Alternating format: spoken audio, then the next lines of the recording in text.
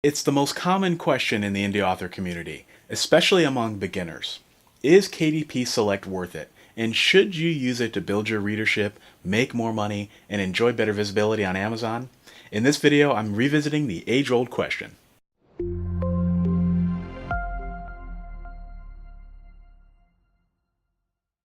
What's up, guys? I'm Michael Around with Author Level Up, giving you the best tools and strategies for writing faster and reaching readers with your stories.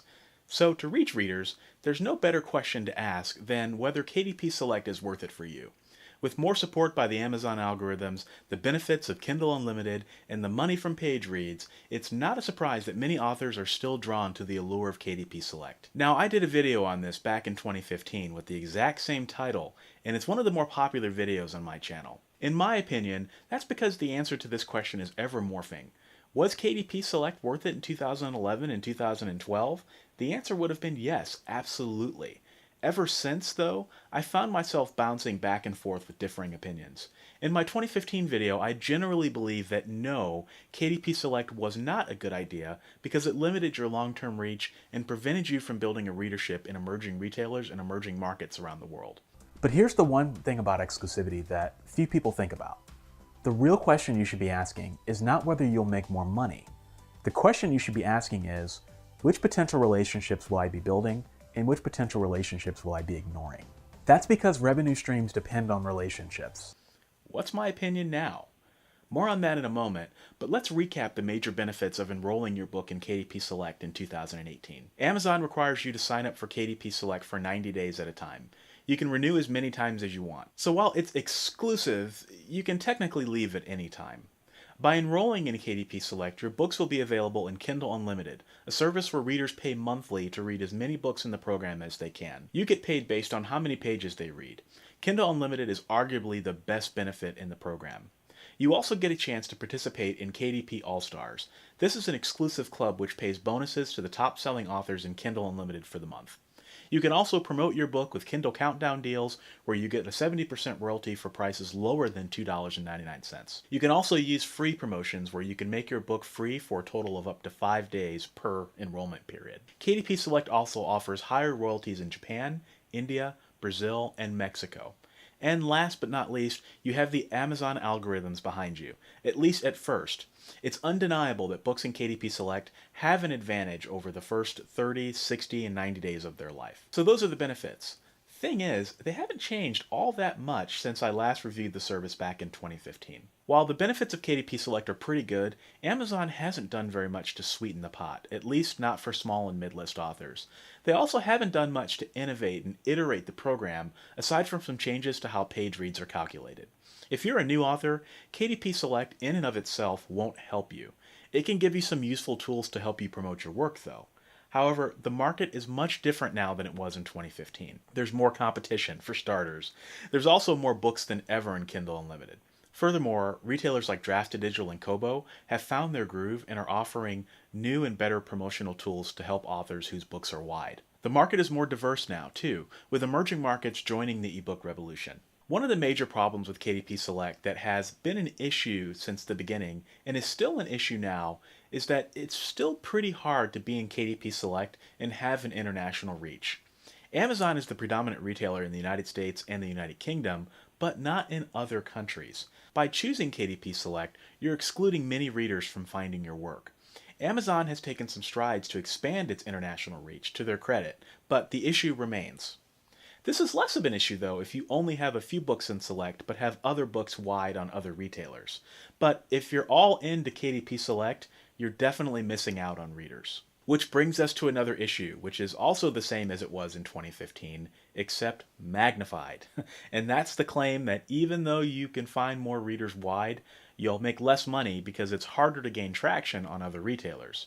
If you're writing in a popular genre, have a good cover, good story, and good book description, it's easier to make money in Kindle Unlimited. Other retailers have done a commendable job of improving discoverability on their platforms, but they've still got a lot of work to do. And there's the other money issue of Kindle Unlimited payments. Since 2016, when the page read payments were introduced, they have fluctuated between 0.0041 cents per page and 0.0053 cents per page. I don't know the best way to read that number on camera. Authors are never quite certain what their income will be, and there's a fear that the rate will continue to decrease, making it harder for authors to make money. There is one thing that has changed significantly since 2015, and it's something that is a negative downside to being in KDP Select, and that's scammers. There's no shortage of people trying to scam the Kindle Unlimited system, and they're doing a pretty good job at it. Amazon is working tirelessly to push these scammers out of the ecosystem, even to the point of filing lawsuits. And that would be great if they weren't punishing innocent authors in the process. Every week, it seems like I read a blog article or a forum post about someone whose KDP account got terminated for no reason, all because Amazon's bots thought that they were scammers. Now, it's one thing if you're using questionable marketing practices, but most of the authors affected by this don't seem to be doing anything questionable. That's just my opinion, and I certainly could be wrong. But especially when you consider the fact that a lot of these authors that are making these posts get their accounts reinstated, it makes you think twice about what's actually going on behind the scenes at Amazon. That's a headache. It's not like you can just call Amazon and explain what's going on. They don't really allow that. And you can't really talk to a normal person. So unless you know the proper channels, you can't speak to a real person who can look at what's going on, apply a little common sense, and then help you out.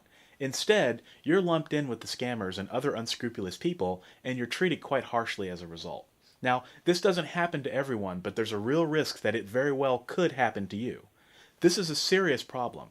It's always been an issue, but it seems like it's getting worse, and that's really unfortunate. Amazon is one of the richest companies in the world, and you'd think that they'd be able to figure out a solution to fight the bad guys while making sure that the authors who are following the guidelines aren't adversely affected. This one reason alone is why I am not all in to KDP Select. The risks of being super successful and then having my account canceled for no reason scares the bejesus out of me. Opinion of one, much respect and love to Amazon, but guys, you really got to fix this. Is KDP Select worth it? Yes, but it depends. So in 2015, I said that I didn't recommend KDP Select. What's my opinion in 2018? You know, I'm in the middle this time. I can't tell you not to do it because it's impossible to deny the benefits that KDP Select offers. And everyone's got to make money somehow, right? For the first 90 days of a book's life, I'd absolutely recommend it if you're writing in a popular Kindle Unlimited genre like urban fantasy, romance, or space opera. KDP Select for all your books, though? Personally, I'd rather not give that power to Amazon or any retailer for that matter. If you do choose to use KDP Select, even for the first 90 days, I'd recommend a couple of things. First, read the KDP Terms of Service. Memorize them, backwards and forwards and sideways and diagonal, and don't ever stray from them. Please.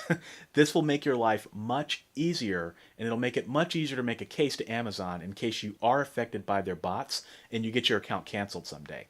Based on how things are going right now, it's not a matter of if, it's a matter of when you will run into some sort of conflict. And when that happens, you don't want to have to explain to Amazon why you were doing a shady marketing tactic. In other words, don't be a knucklehead. Second, have an escape hatch. Always be thinking about your long-term strategy, which should probably not include being exclusive to Amazon or any retailer for that matter. Changes on Amazon can and do happen overnight, and you don't want to find yourself scrambling at the last minute to repair your career because all of your books were exclusive. Third, reevaluate your book's performance at least once a year. It's never too late or early to establish yourself on other platforms. That's my opinion for 2018. KDP Select has some lucrative benefits, and it's a great program, but it does have its downsides if you're not careful. Stay safe out there.